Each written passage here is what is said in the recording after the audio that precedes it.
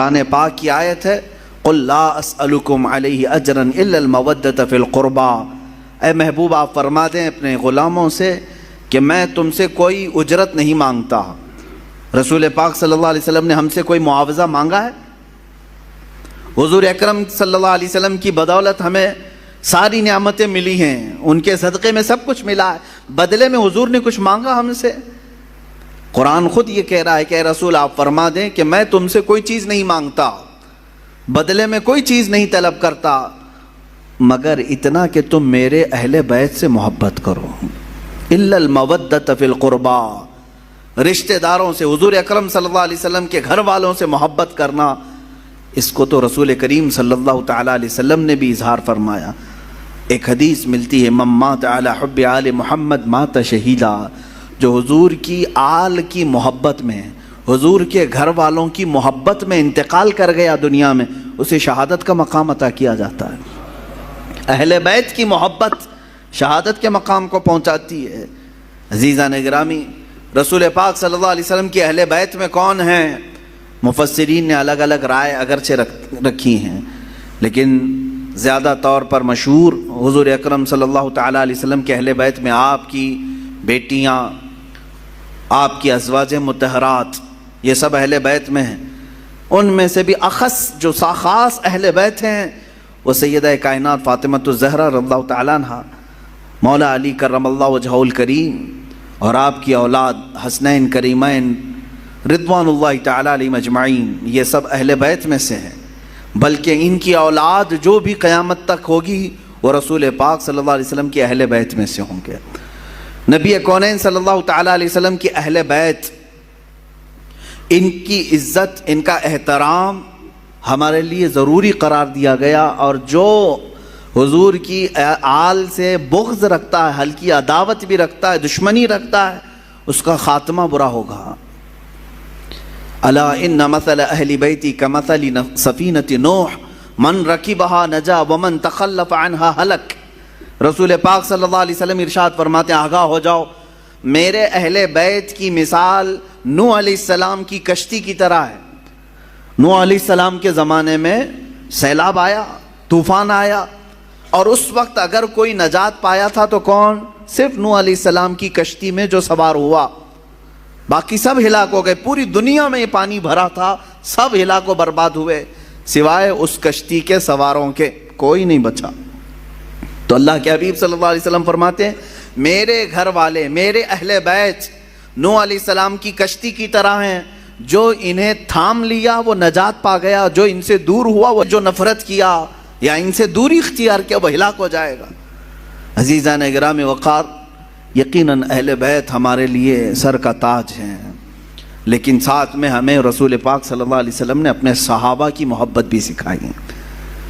حضور اکرم صلی اللہ علیہ وسلم کا یہ فرمان عالی شان ہے اصحابی کالنجوم بأیہم اقتدیتم اہتدیتم، میرے صحابہ ستاروں کی مانند ہیں، تم جس کی بھی پیروی کرو گے ہدایت پا جاؤ گے۔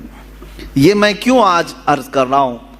اہل بیت کا تذکرہ ہونا چاہیے، لیکن ساتھ میں نے صحابہ کا بھی ذکر کیا۔ وجہ یہ ہے میرے عزیزو کہ کچھ جماعتیں ایسی ہوں گی جو صحابہ سے نفرت کریں گی، حضور پاک صلی اللہ علیہ وسلم کے صحابہ کو کافر کہیں گی، مرتد کہیں گی، باغی کہیں گی، اور کچھ جماعتیں ایسی ہوں گی جو اہل بیت کو گالیاں دیں گی۔ صحابہ کی محبت تو دکھائیں گی لیکن اہل بیت کو گالیاں دیں گی۔ حضرت فاطمہ کو کہتے ہیں وہ بغاوت کرنے والی ہیں، حضرت امام حسین کے بارے میں کہتے ہیں انہوں نے یزید کے خلاف بغاوت کیا۔ یہ دونوں جماعتیں گمراہ ہیں جو اہل بیت کی نفرت پالتی ہیں یا صحابہ کی نفرت پالتے ہیں، یہ دونوں جماعتیں ہیں، گمراہ ہیں۔ ان میں درمیانی جماعت وہ ہے جس کو مسلک اعلیٰ حضرت اہل سنت و جماعت کہتے ہیں۔ اہل سنت و جماعت یہ ہمارا درمیانی مسلک ہے، درمیانی، کہ ہم کیا کہتے ہیں، جس کو امام اہل سنت فاضل بریلوی نے یوں ارشاد فرمایا اہل سنت کا ہے بیڑا پار اصحاب حضور، نجم ہے اور ناؤ ہے عطرت رسول اللہ کی۔ یہ اس شعر میں نجم کا نام آیا ہے، ناؤ کا نام آیا ہے۔ نجم کہتے ہیں تارے کو، نجم کس کو کہتے ہیں؟ ستارے کو، اور ناؤ کشتی کو کہتے ہیں۔ اعلیٰ حضرت فرماتے ہیں ہمارا بیڑا تو پار ہے الحمدللہ، صحابہ کو حضور نے کیا فرمایا؟ میرے صحابہ ستاروں کی طرح ہیں. اہل بیت کو کیا کہا حضور نے؟ کشتی کی طرح ہے. اعلیٰ حضرت فرماتے ہیں ہمارے پاس تارے بھی ہیں اور کشتی بھی ہے. ہاں، تارے رات کے وقت اندھیرا ہو جائے تو پہلے کے زمانے میں تاروں سے ہی راستہ طے کیا جاتا تھا. آج بھی یہ تارے اور کشتی کا کیا ملاپ ہے میں آپ کو بتاؤں. اتنی ٹیکنالوجی ترقی کر گئی، پھر بھی جانتے ہیں آپ جو شپ آج سمندروں میں چلتی ہیں، جو جہاز بڑی بڑی جہاز ہیں سمندروں میں چلتی ہیں، سمندر میں وہ راستہ کہاں سے؟ کوئی روڈ بنا ہوا ہے؟ کوئی ٹریک بنی ہوئی ہے؟ کیسے وہ چلتی ہیں؟ برابر رخ کیسے لیتی ہیں؟ پورے جہاز کو، پوری کشتی کو ستاروں پر چلایا جاتا ہے. آج بھی ستاروں پر راستے طے کیے جاتے ہیں. اب ٹیکنالوجی اتنی آ گئی اور روڈ اتنے بن گئے کہ کوئی اب راستہ تلاش کرنے کے لیے تارے دیکھتا ہی نہیں. پہلے کے لوگ سفر کرنے کے لیے بھی تارے دیکھتے تھے. ہر تارے کا ایک سمت ہوتا تھا، اس طرف یمن ہے، اس طرف شام ہے، اس طرف عراق ہے. وہ راستے اسی طرح سے طے کرتے تھے. اس لیے یہ دو چیزوں کا ملاپ بیان کیا گیا. سمندر میں اگر کشتی ہے تو تاروں سے اپنا راستہ طے کرتی ہے. میرے عزیزو، ہم یہ کہتے ہیں کہ صرف تارے دیکھ کر کے چلیں اور سمندر میں چلنا چاہے تو بھی ممکن نہیں ہے، اور صرف کشتی پر بیٹھ جائیں تارے نہ دیکھیں تو بھی ممکن نہیں ہے. اسی لیے اعلیٰ حضرت نے فرمایا اہل سنت کا ہے بیڑا پار، اصحاب حضور نجم ہے اور ناؤ ہے اطرت رسول اللہ کی. اللہ کے رسول کی عطا کردہ دونوں نعمتیں ہمارے پاس ہیں. ہم صحابہ کی بھی عزت کرتے ہیں اور اہل بیت اطہار کی بھی عزت کرتے ہیں.